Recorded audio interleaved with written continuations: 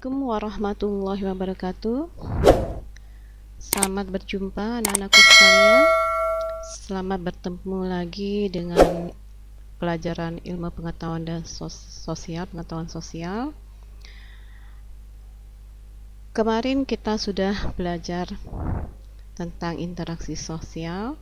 Hari ini juga kita berkaitan masih interaksi sosial, tapi kita akan belajar tentang lembaga sosial.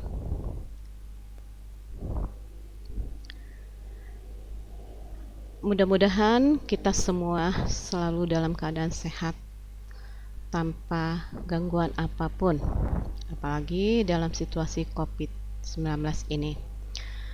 Anak-anak sekalian, Ibu ingin kalian mengetahui dari apa sih yang dimaksud dengan lembaga sosial itu pada mata pelajaran IPS hari ini. Manusia adalah makhluk sosial, sehingga manusia berinteraksi antara individu dengan individu, individu dengan kelompok, kelompok dengan kelompok lain. Nah, itu adalah waktu kita belajar kemarin tentang definisi interaksi sosial. Proses interaksi sosial dapat membentuk yang namanya lembaga yang mengatur dan memenuhi kebutuhan manusia. Proses interaksi serta-merta menciptakan lembaga sosial, tetapi mendorong masyarakat menciptakan aturan-aturan serta menentukan pihak yang bertugas menjaga aturan tersebut. Selain itu, selain manusia adalah sebagai makhluk sosial, kita juga sebagai makhluk ekonomi, dikenal sebagai makhluk ekonomi atau Homo economicus. Dikarenakan pada diri manusia selalu ingin memenuhi kebutuhan hidup. Tetapi harus ingat, dalam memenuhi kebutuhan hidup tadi, kita harus bersifat yang namanya rasional, sehingga dapat mencapai kesejahteraan. Kan tetapi manusia tidak mampu melakukan aktivitasnya sendiri dalam memenuhi kebutuhan hidup tersebut. Nah, dalam rangka memenuhi kebutuhan hidup tadi, kita melakukan yang namanya interaksi sosial dengan orang lain. Karena manusia adalah makhluk sosial yang tidak mampu berdiri sendiri, tidak mampu melakukan atau memenuhi kebutuhan hidup sendiri. Kita memerlukan orang lain dalam memenuhi kebutuhan hidup. Misalnya makanan saja. Makanan yang kita peroleh, nasi tentu akan kita peroleh dari padi, beras yang diperoleh dari petani. Kita tidak bisa memenuhi sendiri. Begitu juga para petani. Tidak akan mungkin yang namanya dia makan beras terus atau nasi terus. Tentu dia membutuhkan orang lain dalam memenuhi kebutuhan yang lain. Karena pada dasarnya manusia itu banyak sekali atau beraneka ragam jenis kebutuhan hidup. Sehingga untuk memenuhi kebutuhan itu, maka kita memerlukan orang lain. Kita melakukan interaksi dengan orang lain. Baiklah anak-anak, ada beberapa buah definisi tentang lembaga sosial. Di sini Ibu akan ungkapkan ada 5 definisi yang dari para ahli sosiologi.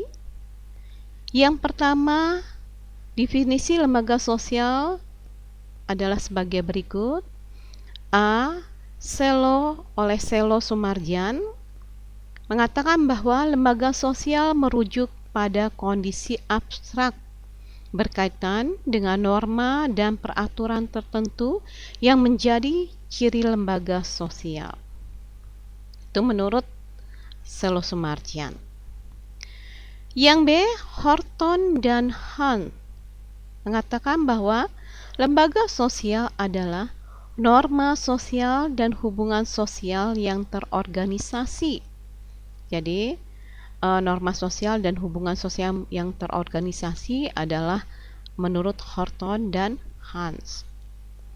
Sedangkan menurut R.M. McIver, lembaga sosial adalah kondisi sosial yang dibentuk agar sesuai karakteristik dan aktivitas masyarakat. Kelompok yang melaksanakan patokan-patokan tersebut asosiasi. Jadi maksudnya karakter dari masyarakat tersebut itu menurut R.M. McIver yang menjadi patok-patokannya. Yang D, Kuncoro Diningrat. Kuncoro Ningrat. Lembaga sosial adalah suatu sistem tata kelakuan dan hubungan yang berpusat pada aktivitas untuk memenuhi kompleksnya kebutuhan khusus masyarakat. Jadi kalau menurut Kuncoro bahwa lembaga sosial itu merupakan tata kelakuan yang berpusat pada aktivitas manusia dalam memenuhi kebutuhan hidup yang kompleks dalam masyarakat. Yang E, Rosek dan Warren. Lembaga sosial adalah pola-pola yang telah mempunyai kedudukan tetap. Lembaga sosial mempertemukan bermacam-macam kebutuhan manusia yang muncul dari kebiasaan masyarakat agar kesejahteraan sosial terpenuhi dan menghasilkan suatu struktur. Jadi yang namanya lembaga sosial itu merupakan pertemuan dari kebutuhan manusia dan kebiasaan masyarakat untuk menghasilkan suatu struktur. Itu adalah Rosek, Warren, dan Warren. Lah anak-anak, beberapa definisi dari lembaga sosial. Selanjutnya kita dari bermacam-macam definisi tersebut kita bisa menyimpulkan apa sih yang dimaksud dengan definisi lembaga sosial, apa sih yang dimaksud dengan lembaga sosial itu. Dalam buku kalian juga ada definisi lembaga sosial. Nah, di sini dikatakan bahwa lembaga sosial adalah keseluruhan dari sistem norma yang terbentuk berdasarkan tujuan dan fungsi tertentu dalam masyarakat. Dapat juga dikatakan bahwa lembaga sosial merupakan himpunan dan norma-norma dan berhubungan dengan kebutuhan pokok masyarakat. Itu adalah definisi lembaga sosial secara umum.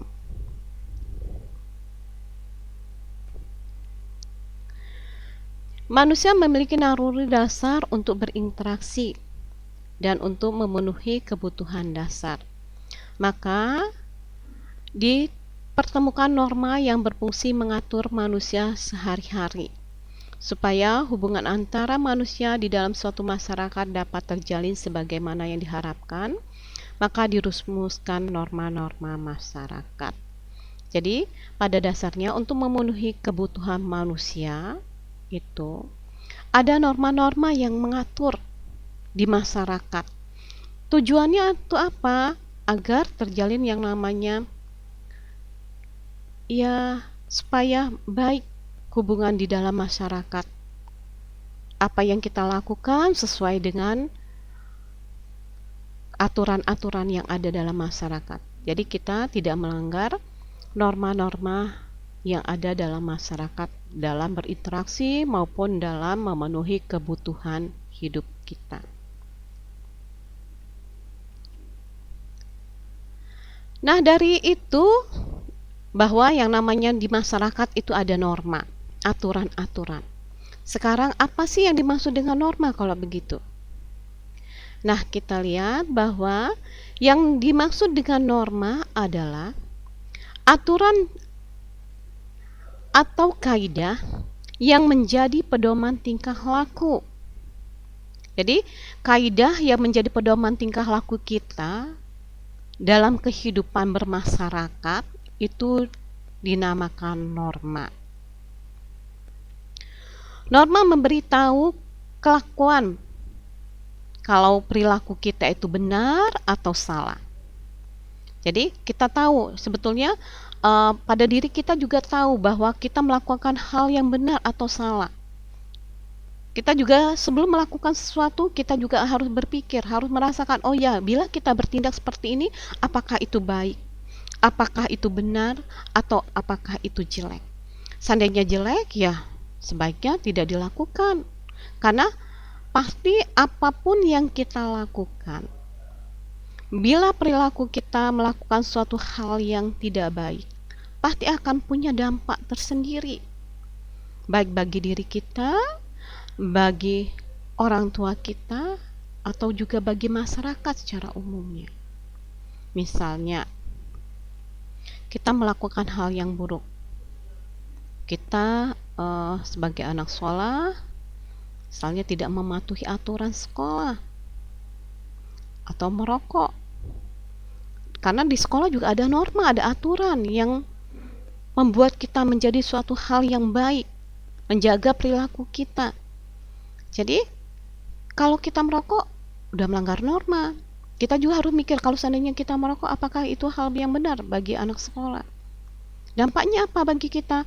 Ya untuk bagi diri kita sendiri. Kalau udah kecanduan rokok, maka ya kita tidak akan terlepas dari rokok. Bisa juga berpengaruh pada kesehatan. Pada orang tua gimana? Kalau kita melanggar aturan sekolah, kita akan dipanggil. Mau tidak mau kan orang tua juga repot, memalukan orang tua. Masyarakat gimana? Ya kalau udah kecanduan oleh rokok dan yang lainnya, ya akan berpengaruh yang lain. Bisa kalau kita tidak punya uang atau tidak diberi uang saku oleh orang tua, bisa melakukan hal-hal yang buruk. Nah, pada awalnya norma tersebut terbentuk secara tidak sengaja, berdasarkan kebutuhan manusia, namun lama-kelamaan norma tersebut dibuat secara sadar. Ini Ibu contohkan tentang kenapa sih norma tadi dikatakan secara tidak sadar dan lama-lama dibuat norma tersebut secara sadar. Sekarang kita lihat dari gambar yang ada. Ini dua orang. Ingatlah dulu, sebelum kita pada awalnya kita berinteraksi sosial, dan karena kita membutuhkan orang lain untuk memenuhi kebutuhan, pada waktu itu kita memenuhi kebutuhan itu dengan cara interaksinya adalah pertukaran, barter. Itu nggak sengaja kita, oh ya butuh, maka kita barter aja yuk, saya punya barang, misalnya satu gandum sekarung atau berapa kaleng beras.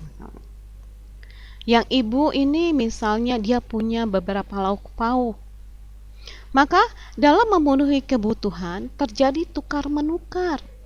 Tapi di sini masih secara sederhana. Nggak sengaja yang ini butuh gandum atau beras, yang satunya butuh lauk pauk, maka dengan secara ikhlas mereka menukarkan barang yang mereka punyai dengan orang lain, sehingga kebutuhan hidup bisa terpenuhi. Lambat laun, sekarang terjadi yang namanya norma-norma yang lebih lagi, baku lagi, yang secara sadar kita lakukan. Setelah terjadi barter tentang kebutuhan manusia, itu akhirnya terbentuk yang namanya pasar, di mana ada yang berdagang dan ada yang membeli. Sudah ada norma yang dibuat secara sadar. Ibu ini adalah pedagang, dia menjual sayur-sayuran, beraneka ragam sayuran yang dibutuhkan oleh manusia. Sedangkan bapak ini dia butuh yang namanya sayuran. Kalau tadi barter antara barang dengan barang, ini lebih luas lagi. Sudah menggunakan yang namanya mata uang tukarnya. Jadi bisa dikatakan dengan cara membeli barang. Jadi pada dasarnya yang namanya norma tersebut bisa dilakukan secara tidak sadar, bisa juga dilakukan secara dibuat secara sadar, sudah ada sendiri yang lebih luas.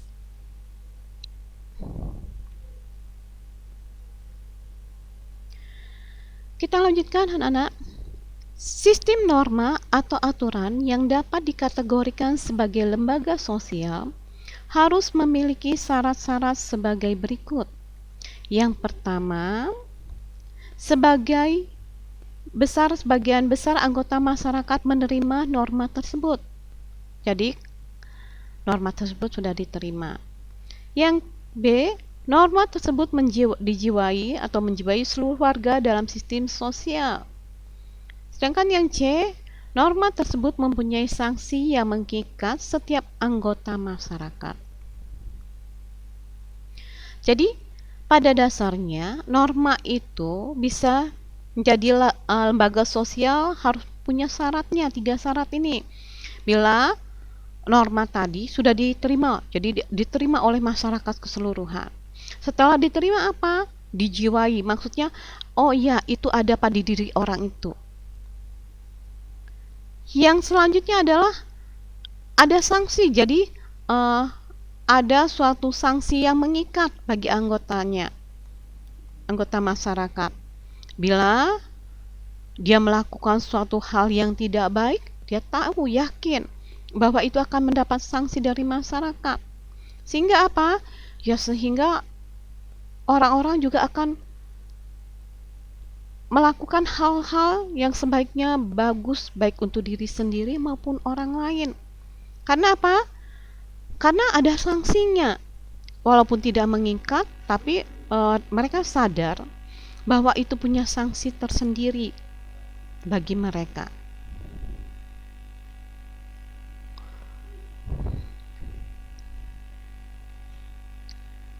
Kita lanjutkan. Ada 4 tingkatan norma. Yang pertama adalah cara atau usage. Nah, apa sih yang dimaksud dengan cara? Cara lebih terlihat pada perbuatan individu dalam masyarakat. Penyimpangan dalam norma, cara ini tidak akan mendapatkan hukuman berat, akan tetapi hanya sekedar celaan. Jadi, kalau cara itu perbuatan individu dalam masyarakat. Kalau menyimpang gimana? Ya nggak ada hukumannya, tapi mereka mendapat celaan atau juga bisa berbentuk teguran. Kita lihat di sini gambar. Contoh dari yang namanya cara. Tentu kalian bisa membandingkan kan antara gambar satu dengan gambar satunya, yang gambar kedua. Ya, kita lihat di sini. Gambar apa ini anak-anak? Ya, anak kecil yang makan sesuatu, sampahnya dibuang sembarangan di jalan. Ini cara perbuatan individu anak kecil ini. Nah, ini adalah perbuatan yang menyimpang, tapi dia tidak dapat mendapat hukuman berat, hanya mendapat teguran atau celaan, bisa dari masyarakat, bisa dari teman ataupun dari siapa saja. Kok buang sampah sembarangan gitu kan, tidak menjaga kebersihan lingkungan, karena sampah juga bisa mengakibatkan yang namanya banjir. Kesehatan bisa berpengaruh terhadap sampah ini. Kita lanjut gambar kedua. Seorang anak juga lebih besar dari gambar pertama, dia sudah mengerti loh bagaimana harus berbuat. Sebagai individu, sebagai orang, dia sudah ngerti. Yang namanya membuang sampah itu ada tempatnya loh, ada gambar di sini, ada tempat sampahnya. Jadi yang namanya membuang sampah ya harus pada tempatnya, tidak boleh sembarangan. Nah, itu adalah cara atau shade. Yang kedua adalah kebiasaan atau poshway. Apa yang dimaksud dengan kebiasaan? Kebiasaan adalah perbuatan yang dilakukan secara berulang-ulang dalam bentuk yang sama. Bagaimana kalau tidak melakukan kebiasaan? Bagi yang melanggar kebiasaan, dia juga tidak mendapat yang namanya hukuman, tidak hukuman yang berat, tidak, hanya mendapatkan sanksi sosial, bisa berupa teguran dari sekelilingnya, bisa juga dari orang tua, dari masyarakat dan sebagainya. Jadi yang namanya kebiasaan itu perbuatan yang berulang-ulang. Jadi kalau perbuatan yang berulang-ulang sering sekali kita lakukan tanpa kita sadari, itu akan menjadi suatu kebiasaan. Contoh, kalau kita berangkat sekolah, nak lihat, kita berangkat sekolah, ini gambar, ada anak kecil 2 akan berangkat sekolah. Dia dengan merupakan perbuatan individu, dia mau pamitan dengan orang tua, bersalamat, mengucapkan salam. Hal ini kemungkinan tidak dilakukan secara sadar, tapi cara yang terus-menerus dilakukan, perbuatan yang dilakukan berulang-ulang terus, tiap hari dilakukan, tiap kali pulang ketemu orang tua lagi tetap bersalaman, terus berulang-ulang tiap. Maka itu akan menjadi suatu kebiasaan. Jadi tanpa diperintah, tanpa dengan yang namanya merasa suatu hal yang berat melakukannya, dia merasa hal itu udah biasa dia lakukan. Bahkan mungkin kalau tidak melakukannya akan tidak enak, karena lari dari kebiasaan yang biasa dilakukan. Nah, ini juga anak muda punya juga kebiasaan mungkin ramah dengan temannya. Sekarang apalagi COVID gitu kan, COVID-19, walaupun mungkin kebiasaan mereka bertemu itu bersalaman, cipika-cipiki gitu kan, tapi karena COVID, ya sekarang kebiasaan tadi ya dikurangi. Mereka dibiasakan halo gitu kan, hai ke teman-temannya. Nah, itu adalah kan kebiasaan. Sebetulnya dengan adanya virus atau COVID-19 ini juga akan membuat suatu kebiasaan baru bagi bangsa kita, bagi diri kita pribadi. Kenapa? Kita dibiasakan bersih. Setiap apapun kita harus melakukan cuci tangan. Pergi kemanapun kita menggunakan masker, menjaga kebersihan. Jadi itu adalah kalau kita melakukannya secara tidak sadar, terus-menerus kita lakukan, ya kita akan terbiasa. Kita pulang ke rumah misalnya dari kemana saja, sebelum masuk di depan sudah ada cuci tangan, kita membersihkan diri, pulang langsung ke belakang, ganti pakaian gitu kan, membiasakan diri bersih. Itu dilakukan secara berulang-ulang, akan merupakan kebiasaan juga. Contoh yang lain, tentu kalian juga biasa bangun pagi gitu kan.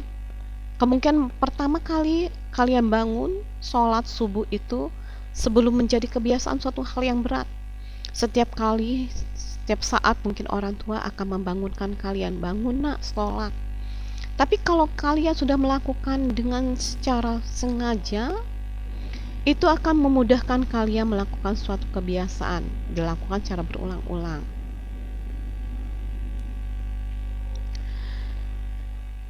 Selanjutnya adalah yang C adalah tata kelakuan atau mores. Tata kelakuan adalah kebiasaan yang diterima sebagai patokan atau norma pengatur kelakuan bertindak, maka di dalamnya sudah terdapat unsur pengawasan, dan jika terjadi penyimpangan, pelakunya akan dikenakan sanksi. Jadi ini lebih tinggi lagi dari yang tadi, cara dan kebiasaan. Kalau ini sudah mendapatkan sanksi. Nah, tata kelakuan ini kita contohkan aja adalah di sekolah. Pada saat upacara bendera, ada aturan-aturan yang harus kita lakukan sebagai seorang siswa. Misalnya saja memakai atribut yang lengkap gitu kan nak. Atribut itu dari berpakaian, sepatu, eh, topi, dasi dan segala macam. Itu bila kita tidak melakukannya, gimana? Ya pasti ada sanksinya. Kalian akan dihukum oleh guru. Mungkin saja kalian disuruh hormat bendera, suruh melakukan tugas kebersihan dan segala macam bila tidak mengikuti aturan. Akan mendapatkan sanksinya. Selanjutnya, contoh yang ini lagi, ini adalah anak merokok. Itu adalah kelakuan. Nah, di sekolah kan sudah tahu bahwa di aturan dalam lingkungan sekolah, anak tidak boleh merokok. Jadi udah ada pengawasan. Bila ketahuan merokok, maka akan mendapat yang namanya sanksi. Sanksinya berupa apa? Teguran. Bisa teguran, bisa langsung, biasanya kalau udah ada sanksi lebih berat dari teguran. Kalian bisa langsung misalnya dipanggil orang tuanya, diadakan yang namanya perjanjian dan sebagainya macam. Dan banyak sekali sanksi yang dikenakan di sini. Jadi sebaiknya bagi kalian ya melakukan hal-hal yang baik. Agar apa? Agar kalian tidak mendapatkan sanksi.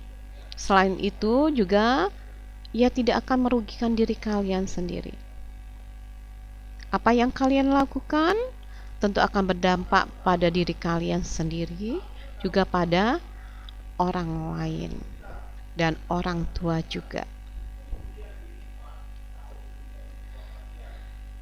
Lanjut, adat istiadat atau customs. Adat istiadat atau kostum adalah tata kelakuan yang semakin kuat mencerminkan kekuatan pola kelakuan masyarakat yang mengikat para anggotanya.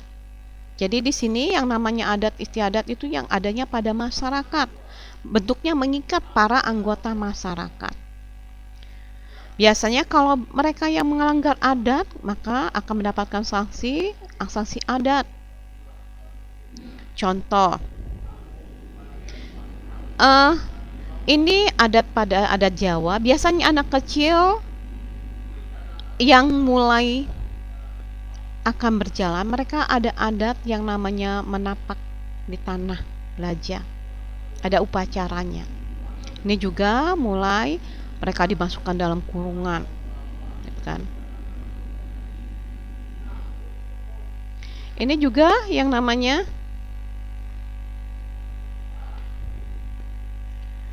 gambar yang namanya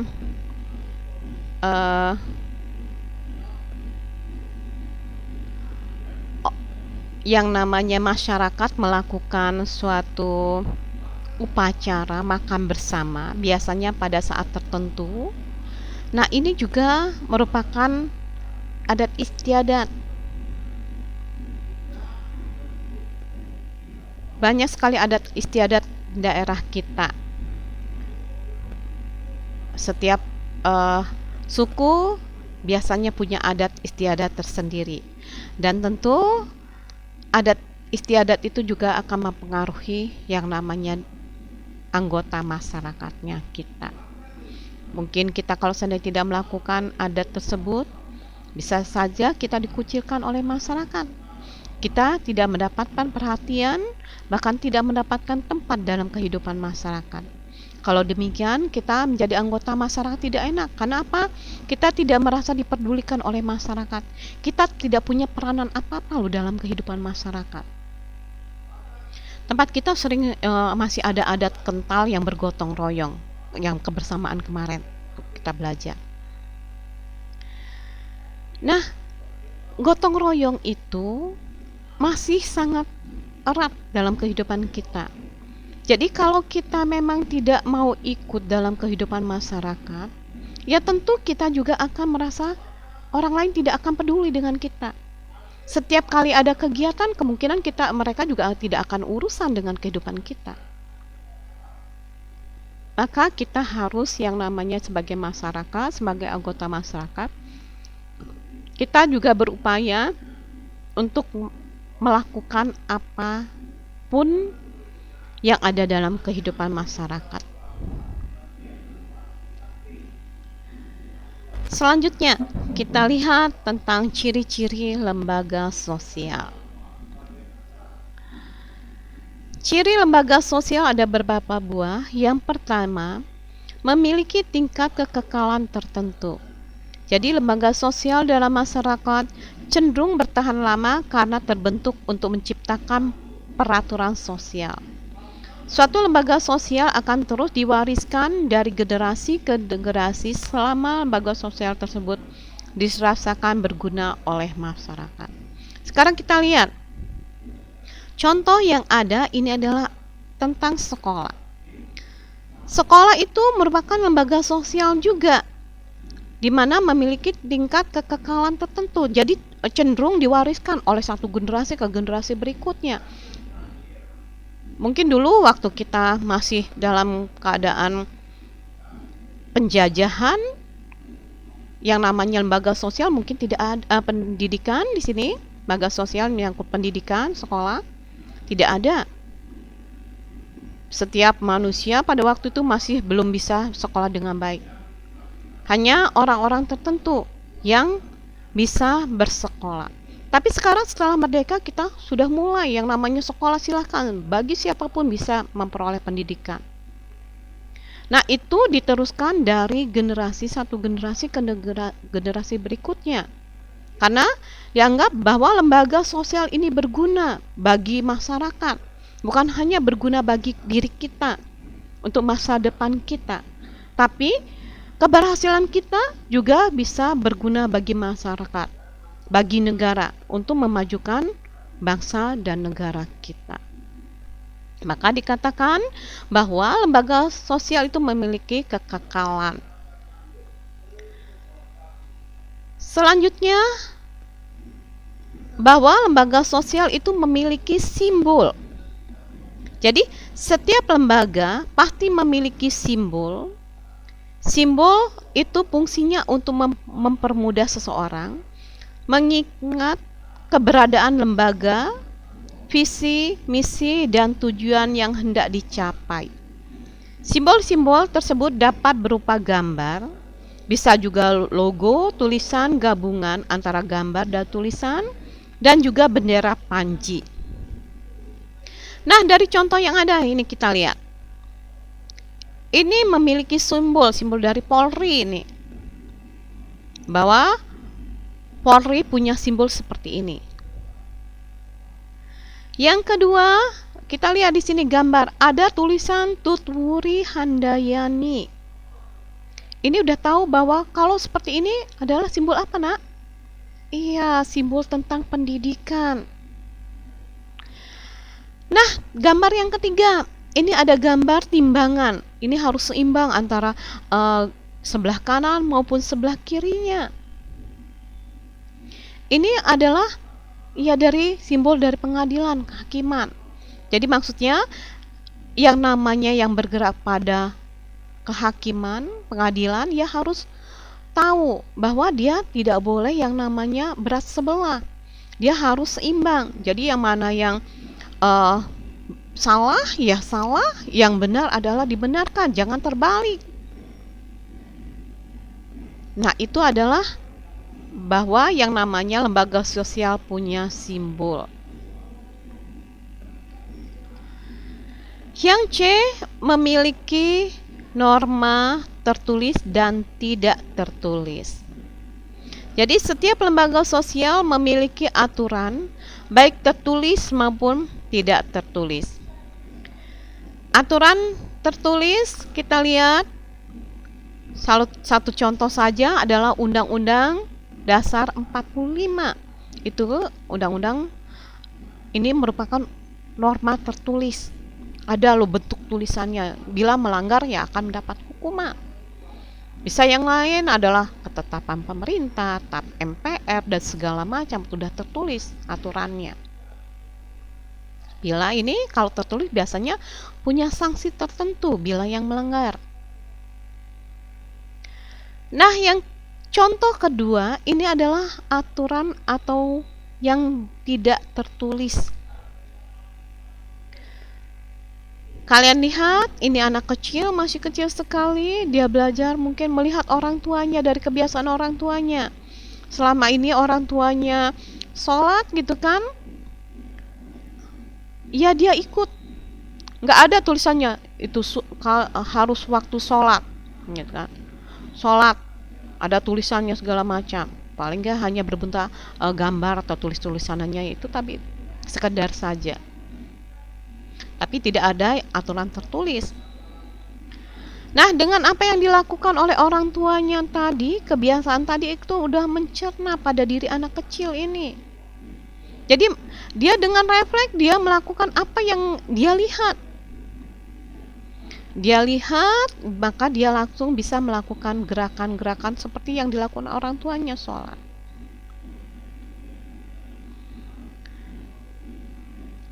Kehidupan yang lain dalam diri kalian, kebiasaan, aturan yang tidak tertulis.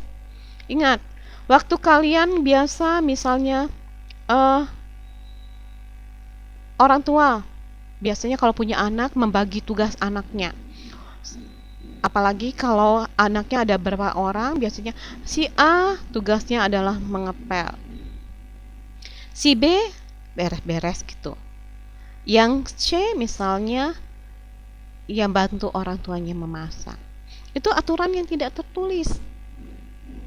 Jadi ya karena sudah kebiasaan, ya hal yang biasa kalian lakukan. Begitu juga dengan bangun pagi. Kalau suatu hal yang biasa kalian lakukan, maka akan terjadi suatu hal yang kebiasa baik. Itu peraturan tidak tertulis, nggak ada tulisannya. Tapi ya semua juga ada yang namanya sanksi. Kalau ini yang sanksi yang tegas, ya mungkin juga yang tertulis itu bisa pidana dan segala macam. Kalau ini tidak, ya hanya mungkin teguran dari orang tua atau masyarakat bila melakukan hal-hal yang tidak baik. Selanjutnya kita lihat memiliki tujuan yang jelas. Jadi yang namanya lembaga sosial itu harus memiliki tujuan yang jelas dan harus disepakati oleh semua pihak. Tujuannya jelas, disepakati oleh semua pihak. Contoh, lembaga pendidikan pasti punya tujuannya apa, Nak? Iya, pasti yang namanya lembaga pendidikan itu tujuannya mencerdaskan kehidupan bangsa. Ini adalah tugas pendidikan, lembaga pendidikan. Contoh yang lain, lembaga hukum. Apa tujuannya? Yang mewujudkan keadilan serta ketertiban dalam masyarakat. Itu adalah tujuan dari lembaga hukum. Jadi keadilan, ketertiban masyarakat itu adalah tujuan dari lembaga hukum. Jadi kalian harus tahu bahwa yang namanya suatu lembaga pasti punya tujuan tertentu. Selanjutnya yang E adalah memiliki alat kelengkapan. Lembaga sosial membutuhkan alat kelengkapan untuk mencapai tujuan. Jadi yang namanya lembaga itu harus punya alat kelengkapan. Kita contohkan saja dengan TNI, Tentara Nasional Indonesia, tentu punya alat kelengkapannya berupa apa? Ya ini alat militer, ya kan? Untuk apa? Menjaga ketertiban, menjaga perdamaian masyarakat, keamanan masyarakat. Kita lihat nih gambar tangki segala, pesawat terbang, pesawat perangnya. Jadi harus ada kelengkapannya dalam masyarakat. Kalau pendidikan apa kira-kira kelengkapannya? Yang sekolah, kelas gitu kan, buku-buku pelajaran, media penunjang dalam mencapai tujuan belajar tersebut. Itu diantara dari yang namanya harus memiliki kelengkapan dalam mencapai tujuan tadi. Selanjutnya yang F adalah memiliki pola perilaku. Jadi lembaga sosial terdiri atas norma, adat istiadat, dan tata kelakuan yang tergabung pada satu pola perilaku. Jadi di sini kita lihat yang namanya lembaga sosial itu ada loh pola, norma, adat istiadat yang mengatur yang namanya menunjukkan suatu perilaku seseorang. Ini gambar di kelas. Ada pola perilaku yang kalian lihat apa? Ya, waktu akhir selesai belajar mereka akan pulang, ada pola perilaku, norma yang aturan ke tata kelakuannya, kebiasaan, adat istiadat yang berlaku dalam sekolah. Maka kadang-kadang guru melihat mana sih yang paling rapi, paling diem, mungkin tidak ribut gitu kan di kelas, maka mereka guru tersebut menyuruh rombongan mereka untuk pulang dahulu. Mereka pulang dengan cara bersalaman. Itu adalah pola perilaku. Kita lihat lagi, ini dalam rangka upacara bendera. Di mana pola perilakunya, mana adat dan mana normanya, tata kelakuannya. Kita lihat pada upacara bendera. Ada norma yang harus dan tata kelakuan yang harus dilakukan yang namanya para siswa. Mereka harus hormat bendera, menyanyikan pada waktu menyanyikan Indonesia Raya. Itu adalah pola perilaku. Dan banyak hal lainnya yang bisa kalian contohkan. Nah, dari apa yang Ibu sampaikan anak-anakku sekalian, Ibu ingin kalian tahu apa sih yang dimaksud dengan lembaga sosial dan sebagainya. Mudah-mudahan kalian bisa menjawab soal yang Ibu ajukan. Hanya 3 buah soal, tapi yang terakhir ada berbentuk tabel. Kalian bisa harus melakukan atau mengisinya dengan baik. Soal yang pertama, apa yang dimaksud dengan lembaga sosial? Jadi, definisi lembaga sosial seperti waktu interaksi sosial. Kalau seandainya kalian menyebutkan definisi interaksi sosial itu berdasarkan ahli siapa, itu disebutkan namanya. Atau mungkin juga secara umum, kemarin yang secara umum juga boleh. Di sini juga gitu. Jadi yang dimaksud dengan lembaga sosial itu apa? Lembaga sosial itu bisa juga yang tadi Ibu terangkan, atau pada buku kalian secara umum, atau juga definisi dari lembaga sosial menurut para ahli. Disebutkan nama ahlinya siapa, nama orangnya. Yang kedua, sebutkan syarat-syarat suatu norma dapat dikategorikan lembaga sosial. Jadi syaratnya tadi ada beberapa syarat yang harus kalian lakukan, ketahui. Yang ketiga, ini ada tabel, ada nomor, ada nama, pengertian, contoh tindakan, sanksi bagi pelanggar. Jadi di sini ada cara atau stage.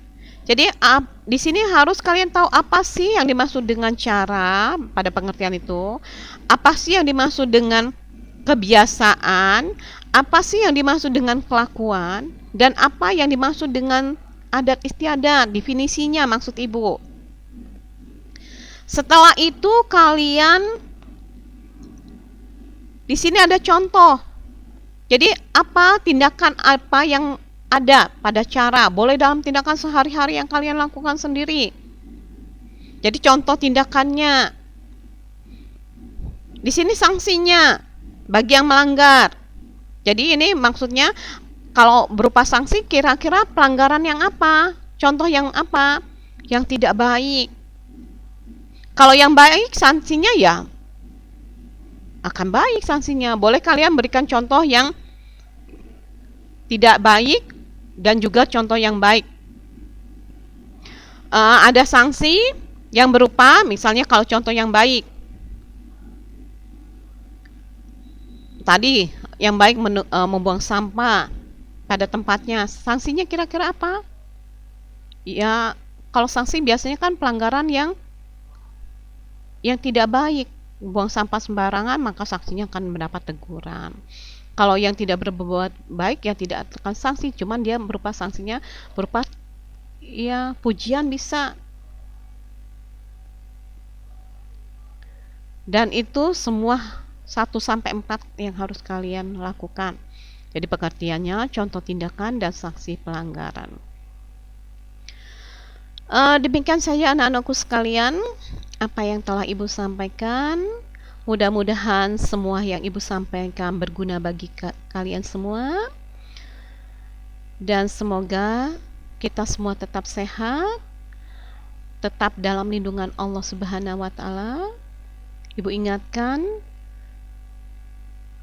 walaupun dalam situasi new normal, kita juga harus tetap ciptakan yang namanya memperhatikan protokol kesehatan, karena kita tidak tahu dari manakah arah penyakit yang akan datang. Jadi kita harus hati-hati kepada siapapun, terutama para pendatang yang kita tidak kenal. Itu saja yang Ibu sampaikan. Mudah-mudahan kita bisa lagi bertemu pada minggu yang akan datang. Selamat mengerjakan tugas. Ibu ucapkan wassalamualaikum warahmatullahi wabarakatuh.